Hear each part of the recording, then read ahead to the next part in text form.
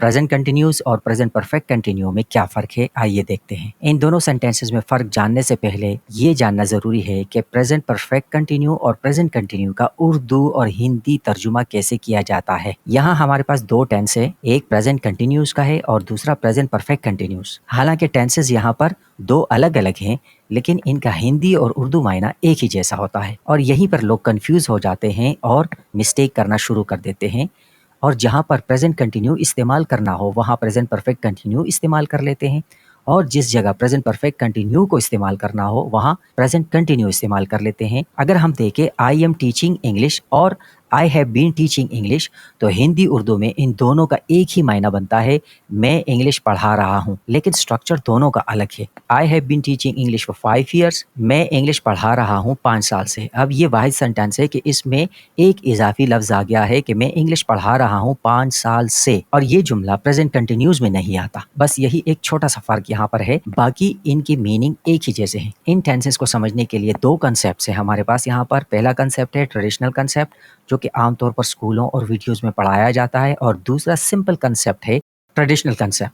Traditional concept में हमारे पास एक नक्शा खींच दिया जाता है कि हमारे पास है पास्ट, प्रेजेंट और फ्यूचर। एक एक्शन स्टार्ट होता है पास्ट में और वही एक्शन आता है प्रेजेंट की तरफ। प्रेजेंट तक पहुंचने के बाद वो फ्यूचर की तरफ जाने लगता है, यानी एक एक्शन पास्ट में शुरू हुआ, प्रेजेंट तक कंप्लीट हुआ और फ्यूचर की तरफ कंटिन्यू है। तो इस सेंटेंस को कहा जाता है प्रेजेंट परफेक्ट कंटिन्यू। जैसे कि I have been teaching English for 2 years, तो इसका मतलब है इस बंदे ने एक इंग्लिश पढ़ाना पास्ट में शुरू किया था, अब प्रेजेंट तक ये कंप्लीट कर चुका है, लेकिन फ्यूचर में भी इसके पढ़ाने का इरादा है। तो लिहाजा ये सेंटेंस होगा प्रेजेंट परफेक्ट कंटिन्यू, यानी कि मैं 2 साल से इंग्लिश पढ़ा रहा हूँ। दूसरा sentence, they have been working in the company since 1999, ये लोग कंपनी में 1999 से काम कर रहे हैं। इसका मतलब है काम शुरू हुआ था 1999 में और आज प्रेजेंट में ये कंप्लीट हुआ है और अब फ्यूचर की तरफ भी ये काम कंटिन्यू रहेगा।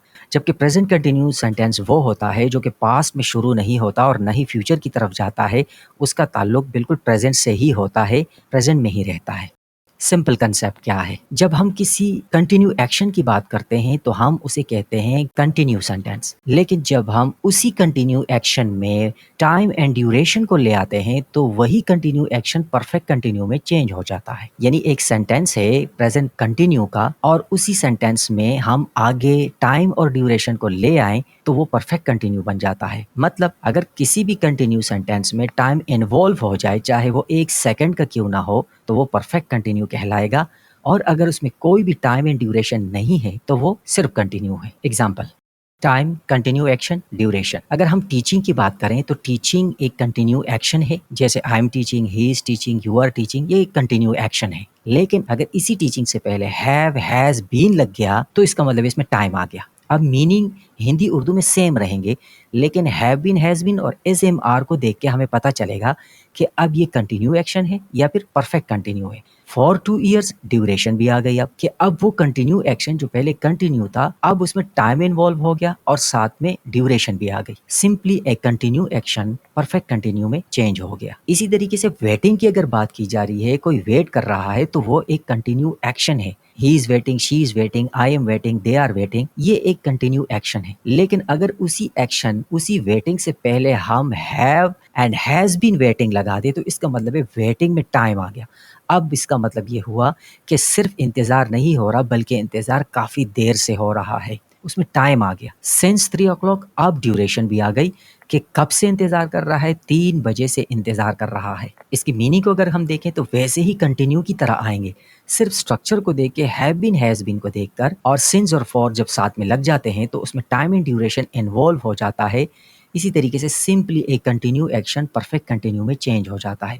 लोग मिस्टेक ये करते हैं कि कई एक्शंस ऐसे होते हैं कंटिन्यू के कि जिसमें टाइम इन्वॉल्व होता है, वो फिर भी उसी एक्शन को कंटिन्यू में बोल देते हैं, हालांकि उसे कंटिन्यू नहीं परफेक्ट कंटिन्यू में बोलना चाहिए। एक और बात यहाँ नोट कर ले कि सिंस और फॉर, जैसे फॉर 2 ईयर्स, सिंस 3 o'clock, तो ये जरूरी नहीं है कि जहाँ पर फॉर और सिंस लगा हो तभी वो परफेक्ट कंटिन्यू होगा, नहीं, इसके बगैर भी परफेक्ट कंटिन्यू होता है। आइए कुछ मिसालों से आपको समझाते हैं। इस चार्ट को देखें, इसमें पहले चार्ट में है सिर्फ एक्शन और दूसरे चार्ट में है एक्शन के साथ टाइम। जैसे शी इज वॉकिंग, इसका मतलब है कि वॉकिंग का एक प्रोसेस हो रहा है। शी हैज बीन वॉकिंग, इसका मतलब ये है कि सिर्फ वॉकिंग का प्रोसेस नहीं हो रहा बल्कि काफी देर से हो रहा है। ये खुद ही समझना पड़ेगा। यू आर वर्किंग, तुम काम कर रहे हो, सिंपली एक कंटिन्यू एक्शन है। लेकिन अगर हम कहें यू हैव बीन वर्किंग, तो इसका मतलब है सिर्फ काम ही नहीं कर रहा बल्कि काम काफी देर से कर रहा है। अब सिंस इन फॉर यहाँ इसमें नहीं लगे हैं। मैंने बता दिया था पहले ही कि ये ज़रूरी नहीं है कि हर सेंटेंस के साथ लगे, जहाँ ज़रूरत पड़े वहाँ लगाया जाता है। इसी तरीके से दे आर स्टडिंग, वो पढ़ रहा है, दे हैव बीन स्टडिंग, वो पढ़ रहा है। मायना दोनों का सेम है, लेकिन समझना होगा कि दे हैव बीन स्टडिंग का मतलब है काफ़ी देर से, इसमें वक्त लगा है, और दे आर स्टडिंग सिर्फ पढ़ रहा है। आई एम वॉचिंग, मैं देख रहा हूँ, एक देखने का अमल है। आई हैव बीन वॉचिंग, इसका मतलब है समझना फिर ये है कि ये देखने का अमल काफ़ी देर से है। ही इज़ ड्राइंग, वो ड्राइंग कर रहा है। ही हैज़ बीन ड्राइंग, वो ड्राइंग काफ़ी देर से कर रहा है। तो ये जो साथ में काफ़ी देर है, काफ़ी टाइम है, ये साथ में बोला नहीं जाता, नहीं मीनिंग में इसका ज़िक्र होता है, बस इसको समझना होता है कि ये सिर्फ़ एक्शन की नहीं, साथ में वक़्त की भी बात हो रही है। तो सिंपली तौर पर आप ये समझ लें कि हर वो कंटिन्यू एक्शन के जिसके अंदर 1 सेकंड का भी अगर टाइम आ रहा हो, तो आपने उस वक़्त प्रेज़ेंट कंटिन्यू सेंटेंस नहीं बोलना बल्कि प्रेज़ेंट परफ़ेक्ट कंटिन्यू सेंटेंस बोलना है।